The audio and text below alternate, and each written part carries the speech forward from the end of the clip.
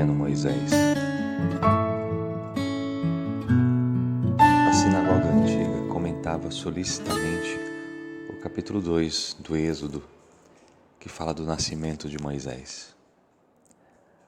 Graças a documentos judaicos do século I de nossa era, especialmente Fílon, Vida de Moisés, Joséfo, Antiguidades Judaicas 2, o Pseudo-Fílon, Livro das Antiguidades Bíblicas, número 9,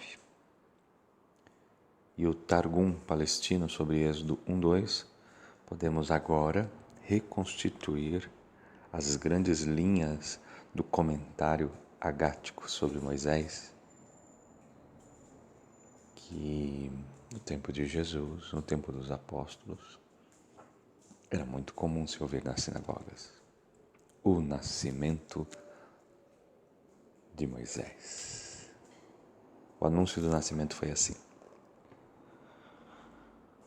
Os egípcios perseguiam ferozmente os hebreus escravos, porque seu número aumentava cada vez e por causa das riquezas adquiridas com seu trabalho. Chegaram a separar os hebreus de suas mulheres para impedir que o seu número aumentasse, mas nem isso adiantou. O faraó teve então um sonho. Um dos escribas sagrados, que tem o dom de predizer o futuro com exatidão, anunciou ao rei que devia nascer nessa época um menino israelita que humilharia a soberania dos egípcios e elevaria os israelitas. Na idade adulta, ele ultrapassaria a todos em valor. Amedrontado, o rei Faraó mandou matar todas as crianças do sexo masculino dos hebreus e atirá-las no rio. O Targum sobre o Êxodo 1:15 refere uma tradição semelhante. Enquanto dormia, o faraó teve um sonho. Todo o país do Egito estava num prato de balança e um cordeiro, filho de uma ovelha, no outro prato. E o prato que estava o cordeiro se abaixou. O faraó mandou chamar logo todos os magos do Egito e narrou-lhes o sonho. Imediatamente, Janes e Jambres, chefes dos magos, abriram a boca e disseram ao faraó: nascerá um filho da comunidade de Israel e sua mão destruirá todo o país do Egito. Por causa disto, o faraó ordenou então a matança dos meninos. Assim, o cordeiro Moisés pesava mais do que o Egito. Notemos ainda que os magos Janes e Jambres são conhecidos do Antigo Testamento, mas que são citados por um texto essênio, um documento de Damasco, e também pela segunda carta de Paulo a Timóteo, capítulo 3, versículo 8. O que evidencia então que os primeiros cristãos usavam com facilidade elementos da tradição agática judaica. Os parentes de Moisés foram favorecidos com uma predição análoga, especialmente Miriam, que, na verdade, podemos também dizer que Miriam é igual a Maria. O nome, tal como Jesus, Josué, também da mesma origem.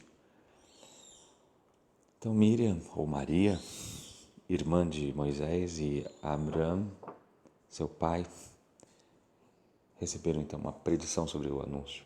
A tradição judaica gosta de falar dos parentes de Moisés. Segundo Fílon, o pai e a mãe de Moisés eram os melhores entre os seus contemporâneos.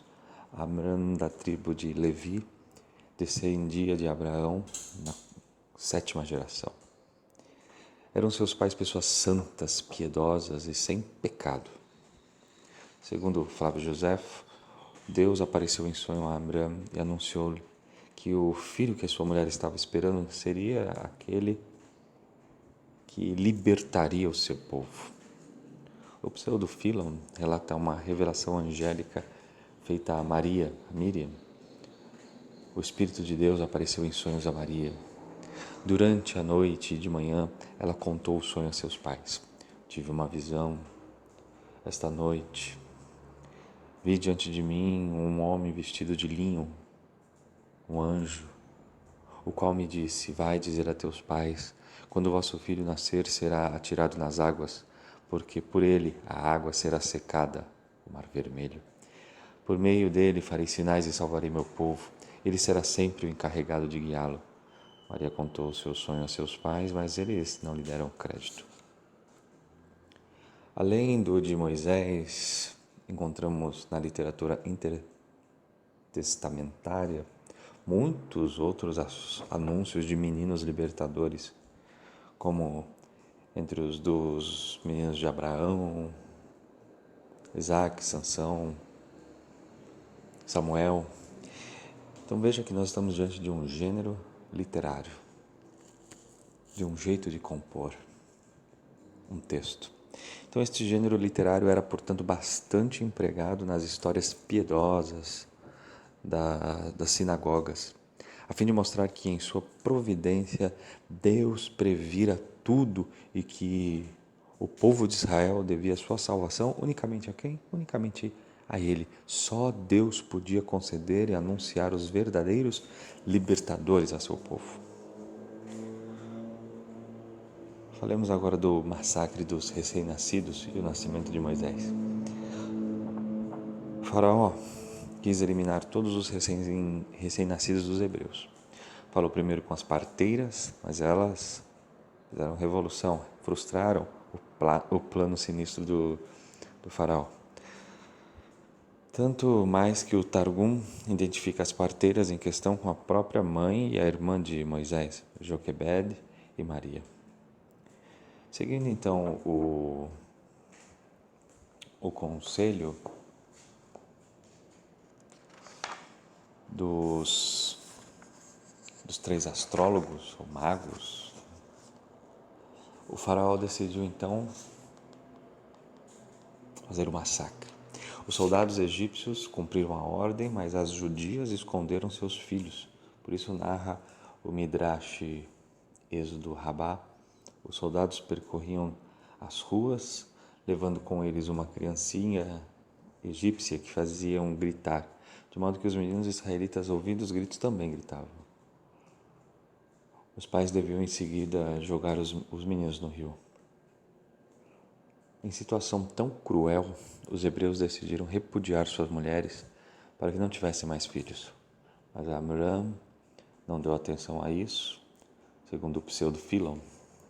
De acordo com uma tradição judaica também, Amram repudiou sua mulher, Joquebede. Então, isso vai nos lembrar José e Maria, não é?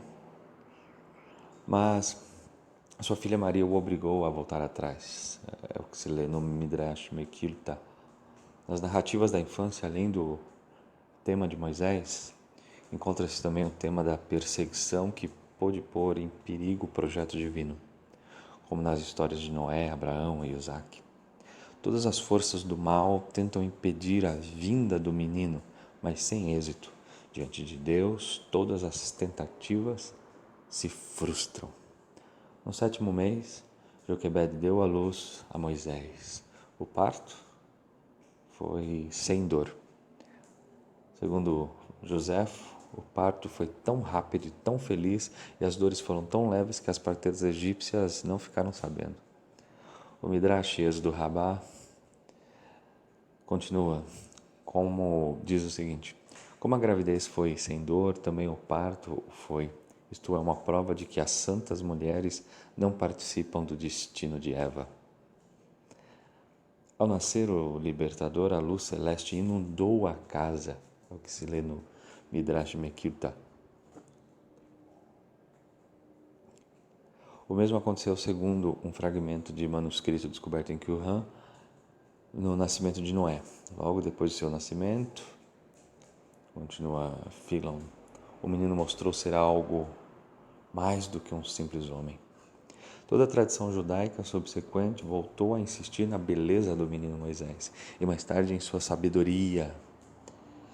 Quando a filha do faraó chamou para junto dele os maiores sábios do Egito, é o que se lê em Alpólemon e Artapam, Também aqui as tradições agáticas penetram nos círculos cristãos, entende?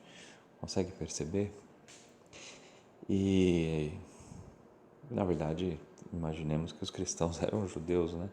Então, esses textos eram comuns, conheciam de cor, ouviam nas sinagogas. Na retrospectiva, então, histórica de Estevão, Lucas lembra que o menino, Moisés, né, naquele capítulo 7 de Atos, que o menino Moisés era formoso diante de Deus e como foi instruído em toda a sabedoria dos egípcios. Isso está lá nos versículos 20 e 22 de Atos 7. Resta-nos agora, você já conseguiu, ao ouvir o relato do nascimento de Moisés, linkar os textos, esses textos judaicos lidos na sinagoga, esses midrashes, linká-los com os textos de Mateus 1:2 e Lucas 1:2. Perceba como há elementos que influenciam o texto. Para não nos alongarmos, então no próximo vídeo a gente faz essa comparação.